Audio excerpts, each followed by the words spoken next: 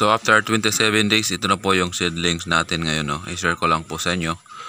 Lalo na po sa wala pang experience, no, kung paano po mag-seedlings, ay panoorin niyo po yung aking YouTube channel, dahil sa YouTube channel ko po marami po kayong matutunan sa akin, no. Good morning po sa lahat.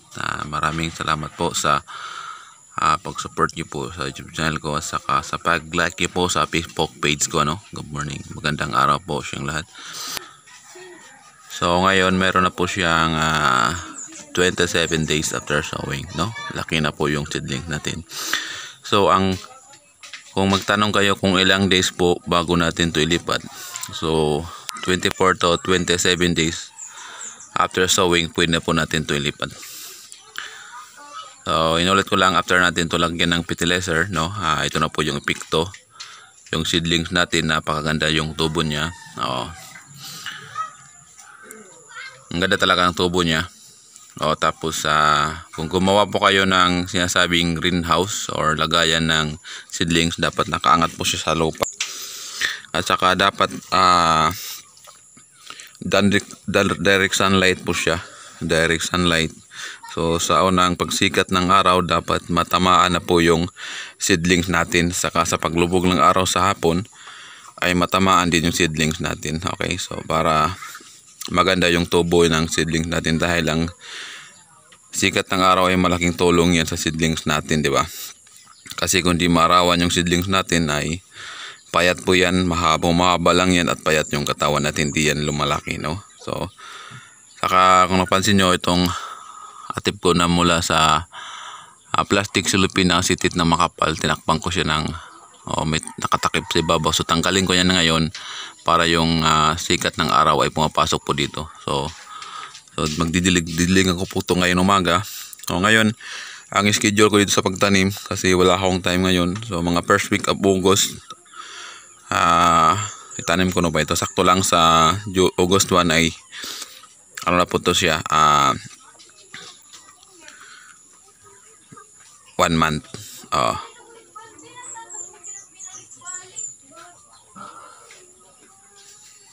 Ito lang yung greenhouse natin, pinaka-greenhouse yung lagay ng seedlings. Simple lang. Mula sa kawayan lang. Kawayan, tapos ito, kawayan yung poste lang. Yun lang, wala tayong pera budget, no. Pero okay naman to. Importante may malagyan lang, tapos lagyan po niyo po sa tabi. Lagyan niyo po ng mosquito net. Takpan niyo po para hindi pasukin ng kahit anong hayop, para hindi po masira na yung seedlings natin, no. Okay, yun po yung seedling greenhouse po natin, no. Simple lang. Okay lang naman, kahit pangit tingnan, pero importante may malalagyan po tayo na safe po yung seedlings natin.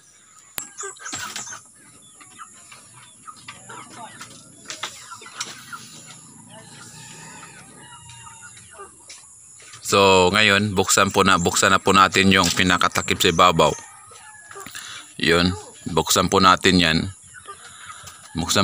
Para makapasok agad yung sikat ng araw dito, no, para marawan po siya.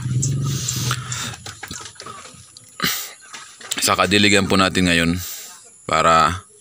kasi pag dilig dito 2 times a day. Maganda kasi mainit yung panahon ngayon.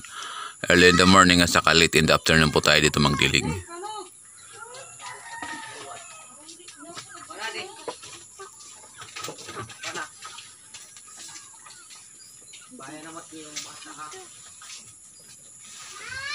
Bali dalawa po ang natin, ang variety po natin ngayon, dalawa po ito. Ito po ay siling labuyo, yung siling haba. Ito po. So yung pangalawa ay bell pepper.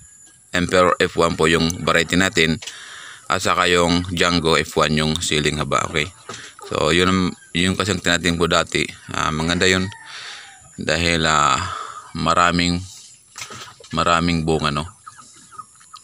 Okay, binuksan na po natin yung takip nito sa ibabaw. Wala nang takip. Nakikita na po natin yung acetate, yung cellophane na makapal, no. Nakita na po natin siya. So ito, ilagay muna dito sa ibabaw para diligan po natin yung seedlings natin ngayon. So ito na po yung seedlings natin, nabuksan ko na po siya para maarawan siya ngayon. So, ito po ay 27 days na po ito siya. After natin after po tayo mag-sowing dito, no. So, sowing po ang tawag pag ng buto. Sowing, pero ngayon seedlings na po ito dahil tumubo na po sila, no. Ito po yung sabing seedling production. Ang po ng tubo ng seedling production natin. Para sa gusto talaga matuto mag-seedlings or magtanim ng iba't ibang mga gulay, panoorin lang po yung mga video ko sa YouTube channel ko. Marami po kayong matutunan sa akin. Step by step ko po yung tinuturo doon, no? Thank you talaga, Singlan. Yan po, medyo mataba naman po yung katawan niya, ng puno niya. Tingnan niyo po, medyo mataba naman po.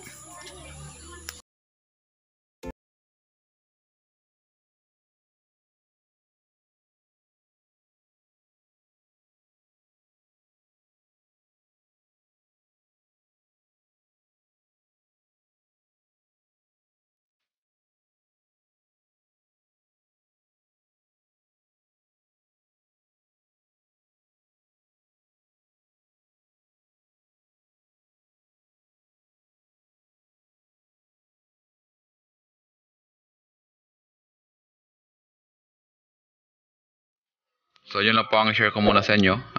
I-share ko lang po kung ilang days na po yung seedlings ko ngayon. Mayroon po siyang 27 days after sowing. So yun lang guys. Mga ka-farmers, thank you for watching. Ingat po kayo palagi. Bye-bye po siyang lahat.